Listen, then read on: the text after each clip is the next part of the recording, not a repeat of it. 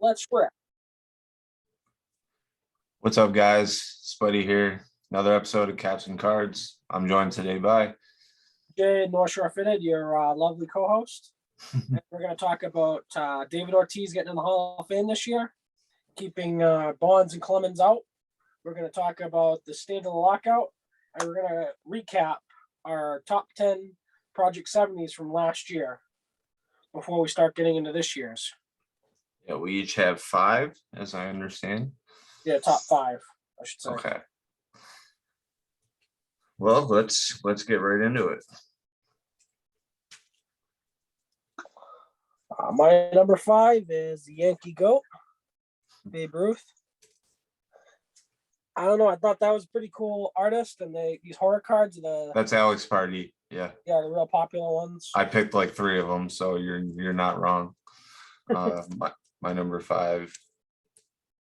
Ooh, Randy Johnson. Yeah, that one's nice. It would have been funnier if it was eating a bird. That was the duck hunt card. My number 4, the Ty Cobb. Mike Tyson. Mike Tyson. He's got the little face tats. My number 4 is also a party. Ooh, Trout. That one's a good one too.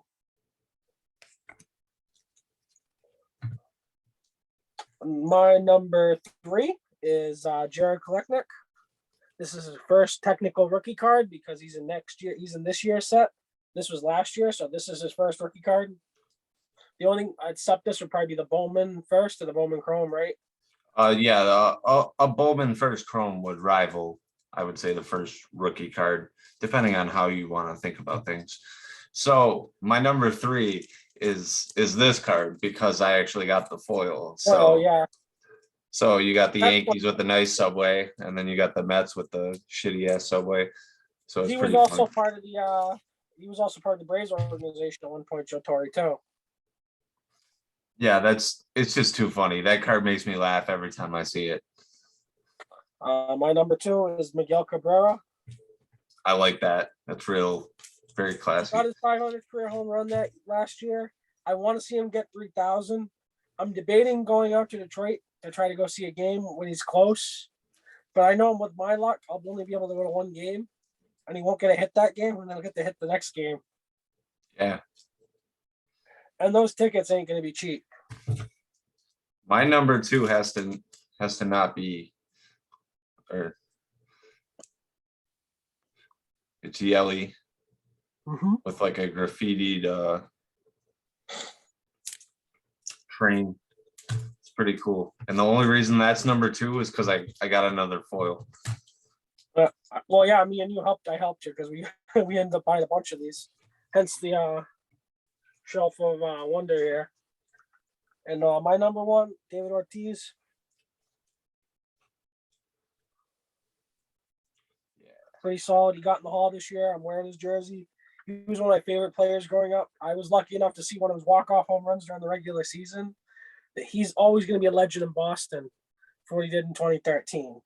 And I love how I did that. I did that big post with the shot of Hennessy and the 2 hats. He's always going to be a legend here. 20 years from now, you're still going to hear people talk about him. I think so. I think the game's moving that way, more or less.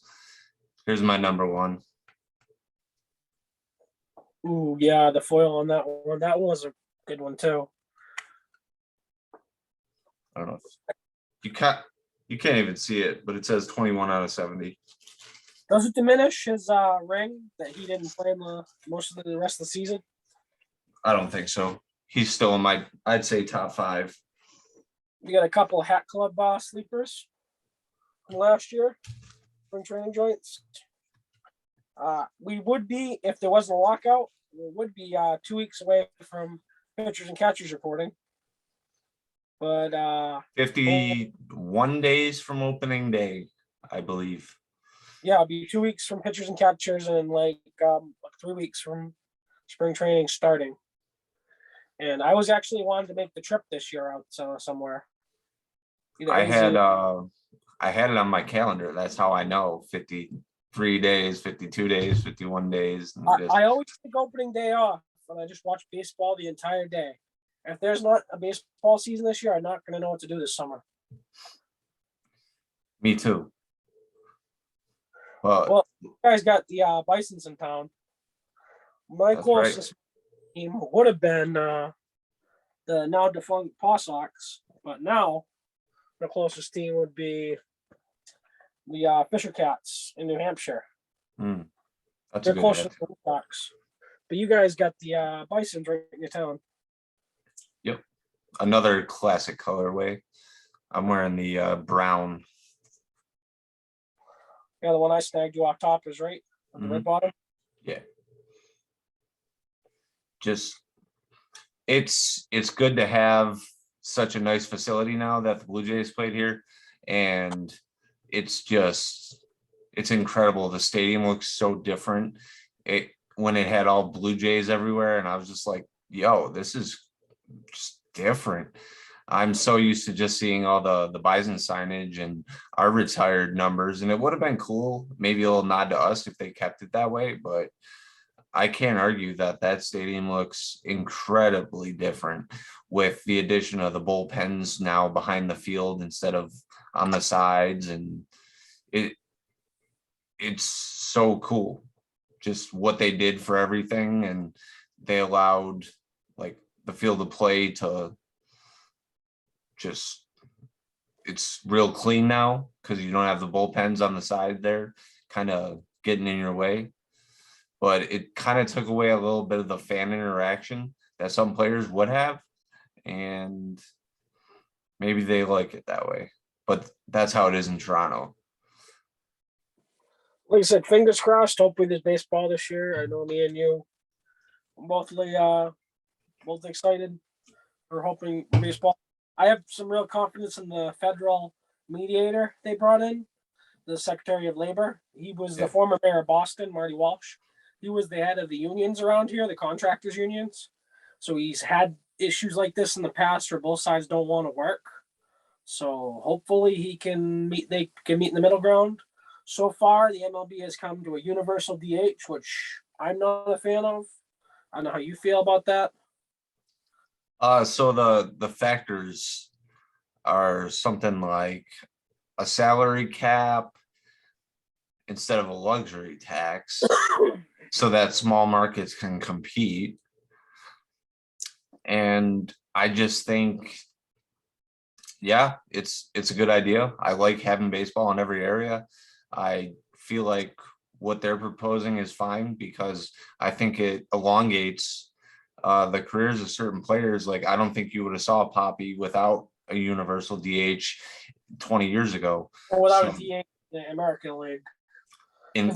So the universal DH kind of, it'll give you more Cabreras and Poppies, and they're going to need more hits. Certain guys are going to need, like, I don't want to get all technical. Pujols might get another shot somewhere just to try to keep his streak alive. He has a shot at getting up to 700 career home runs. That's going to help a lot of players, especially like when they don't play every day, or, oh, we have to put him at first base because now he's just too slow, can't shake a ball. I would just say it's my personal regret because of this pandemic. I never got to go on my original New York trip, and I was going to see the Braves play the Mets at what's it called? Shea Stadium. It's, well, yeah. City Field. It's Shea, but they gave it City Field. City Field. I was going to in 2020, but because of this pandemic, I didn't get to. I never got to see a National League game in person with the pitcher hitting. It would have been cool to see the strategy in real life. I loved watching it personally when I had the MLB. I have T-Mobile, so I get the MLB for free every year. So we just watch a lot of games. We're always watching games. I like watching I personally like watching it with the pitcher hitting because there was more strategy to it. If you're in the third inning, you're basically loaded with 2 outs. You don't want to take your starting pitcher out. You're going to let him hit. I feel like there's more risk in that, like that style of coaching, and like the managers like Dusty Baker and Joe Torre and like those old school guys, Buck they Showalter. those are the guys that I'm talking about, that you had to time it correctly. You know, do you want to sit them after that first? You got 8 runs, and are you gonna let the pitcher hit? But like then you see guys like Mad Bum, who he hit 3 home runs. So Or a like guy like Jacob DeGrom who gets no run support. And there was a game last year, or it was either last year or the year before, where he hit 2 solo shots, and that was the only 2 runs the Mets put up, and they won the game because he shut him out. just like 17 Ks, insanely dominant. Then you have a guy like Shohei Ohtani, who's in the American League, who they're letting hit because he's such a good hitter. It's So that's one of the things, though, that if he comes out of the game as a pitcher, can he still be the DH? No, because once you're out of the game, unless he moves over to another position, he can't unless you double switch. But you can't double switch for a pitcher. If he's pitching, he can't unless he moves out to a position. I believe is the rule. Right, though, but you get a player like that, and he's pitching. So do you have to move him, or do you like he plays outfield, obviously? So do you move him to right field so you can double switch him, or and then now he's batting 6? I'd like to see the experiment. Alex Verdugo, who we got in the Mookie Betts trade, said he pitched in college. He said he would love to be a two-way player. He said he used to do it in college. I'd love to see the Red Sox right fielder. I want to see Alex Cora come into the game, the 7th inning, and go, all right, I got 2 guys on. Let me bring in my right fielder. Yeah. That would just be I could see that. It'd be I could. Who's that? One of the A's guys pitches I've seen. Mitch Moreland did it for the Red Sox a few years ago. I was there. That was the one side of the game. That was the first Players' Day weekend. The Red Sox lost like 19-2. The Red Sox only had 1 hit. It was a Bogarts 2-run home run over the monster. They just got onslaughted by the Orioles that game. It was a joke. The only Red Sox pitcher to score a scoreless inning in that game was Mitch Moreland in the 9th inning. And he was throwing maybe like 70, 80 miles an hour. The Orioles just wanted to go home at that point. Yeah. They weren't the only ones. A lot of fans left. I stayed for the entire game. Well, that's similar to the book I read, The Bottom of the 27th. Well, that's like that infamous call in that Braves game where the guy slid into home and he was safe, but he was out by like every other angle. It was fatigue from the umpire, or they just want to go home. Who knows? No, but the rules they've agreed on so far is a lottery draft system and a universal DH. I do like the lottery draft system to discourage tanking, because there's been teams like the Tigers ever since they traded Verlander. They've just been purposely bottoming out. They don't give the guys a starts. Like they were shortening Casey Mize towards the end of the year because they didn't want to put all that, what do you call it, fatigue on a young pitcher like that. They didn't want to they didn't want to spend his bullets early. I like the lottery system because I think it works in hockey. It sucks when a player like McDavid and Gretzky is up to be the guy, but in a lottery system, a ball shoots up a number, or a computer picks for you. Boom. All right, you got your winner. It takes away that intentional loss. Like there's teams that would put a player into pitch instead of ruining an extra innings game just so they wouldn't have to waste a pitcher. Pirates. Yeah, them too. Holy shit. The game I went to, I think it was 12-0. Oh yeah, that was that Cardinals game with Wainwright, right? Yeah, Waino. Yeah, killed him. Braves should have never traded him. At least they won a championship last year.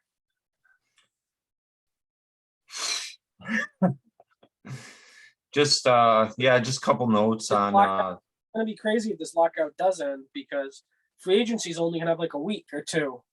So you see guys getting signed left and right to 1-year deals. This, that. It's gonna be I'm just saying, I'm not saying it's happening, but there might be a little bit of tampering going on so that if a player says, hey, we'll sign you to a 1-year deal for $5 million, and then all of a sudden it just comes out of the woodwork that, oh, the Yankees are signing 10 players. Like it's going to be too scripted. I feel. I think the Braves blew it with re-signing Freddie Freeman. I think he's going to be in New York or LA next year if they do play. He shaves. He's going to New York. Calling it here. He's from Los Angeles, so I don't know if that has. That might make a little bit of an impact. He is over 30. From that area, he might want to just go home and be with some of his extended family. That's why I like watching Trevor Bauer. Like he has this facility and he's just showing like how sticky stuff like impacts the game, and just it's I've fun to never been a watch. fan of him ever since that game when I saw the Red Sox play Cleveland, and we were watching him warm up, and he was doing all that queer, like he does all the javelin stuff and everything in the bullpen. He does all this weird warm up stuff that's like about rehabbing. Mhm. And we were just watching him, and I took a video of him warming up, and apparently it rubbed him the wrong way because he got security to move us. Ever since that day, I haven't been a fan. He's also a nut job throwing the ball over the fence when Terry Francona came out to get him. His last pitch in an Indians uniform was over the fence. Shame. He was an all-star, and then that happened, and just not good. No, you can't be a diva. Just like all these other NFL players. Like Odell was complaining he couldn't get signed anywhere. And he couldn't complain he wasn't getting the ball in Cleveland. You got to play the game and play to win. You're not going to get the ball every time. If you're not having your day, you got to come out. It just is what it is. It's a fair point. We will look into more of the lockout news next week and hopefully have a better update so that we can continue giving the news on the MLB lockout. Yeah, there's a couple of streaks up for Downing too. I've been to every opening day in these 2 pandemic years where they didn't allow fans, and last year where they only allowed a limited number of fans. You had to be a season ticket holder to get in. So I'm still considering my streak alive for the last 3 years before that. I went to like 20 straight opening days. Like I couldn't imagine not being at an opening day right now. It's going to be pretty depressing if there's no baseball. And it's funny because all these MLB customs are like running the fitted hat game right now. Do you think people would want baseball to be back? I mean, I'll make this my closing sentiments, but if hats are booming, why are all these fans not supporting Major League Baseball and telling baseball you could be writing your senators or whatever, the people you voted into office, and tell them, hey, get involved. We want baseball. I feel like that would be an honest thing to do. And if you're really driving for baseball, like people might just like the hats, like they have no idea, which is what I say about the Bisons. Like, oh, it's like an American tradition. It's like apple pie, baseball in the summertime. It's just something that's always been there. Literally, it's just like kind of crazy to think about a summer without baseball. I wonder how those people in '94 got through it without the internet and everything, and without being able to look at these international leagues. Because I'm hyped for JPL ball and KBO if there's no MLB.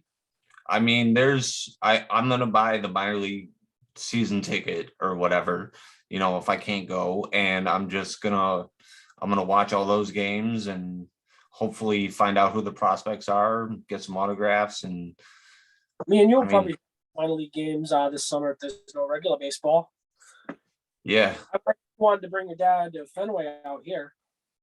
Yeah, he was like, hey, want to go to Yankee Stadium? And I was like, when they reach a contract. I would go with you. I said,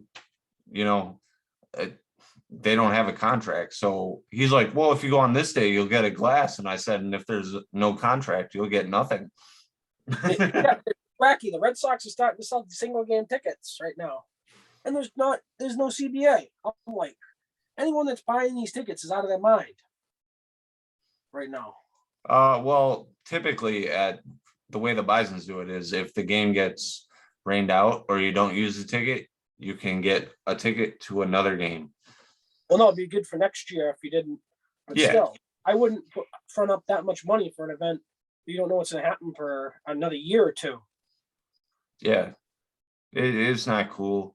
I think this is going to change the way people think about baseball moving forward. It's going to kill the sport. In '94, everybody stopped watching baseball. Baseball finally got overtaken by football. And right now, there's hockey and basketball starting to overtake a little bit of the baseball market share that time of year, because you got playoff hockey, you got playoff basketball, then you have the start of the hockey and the start of the basketball season. Yeah. It's just leaves a sour taste in fans' mouths. My message to Manfred is resign or get the CBA done. Yeah, I've been seeing rumors that he is potentially done. They're working out a new commissioner, and I mean, I'm pretty much out of until more news gets released. I would like to say get it done, Manfred, and let us enjoy some baseball, man. Yeah, I just wanted to share our thoughts on this. I know a lot of people are probably feeling this way. Comment down below. If you were around, like me and John are too young to remember '94. John was 2 when I was -3. Anyone that watches our videos can give us some insight on how '94 was with the strike. It'd be interesting to hear. Yeah, well, I mean, I remember the NHL lockout, and I did not like it. And that was in 2004. It was in hockey until recently because of all the lockouts as a kid. It was tough to follow a team that never played. So yeah, with that, guys, a little depressing video, but it is what it is. We hope you feel the same. Like, comment, and subscribe to us. Let us know. All right, let's go. Peace, love, and caps.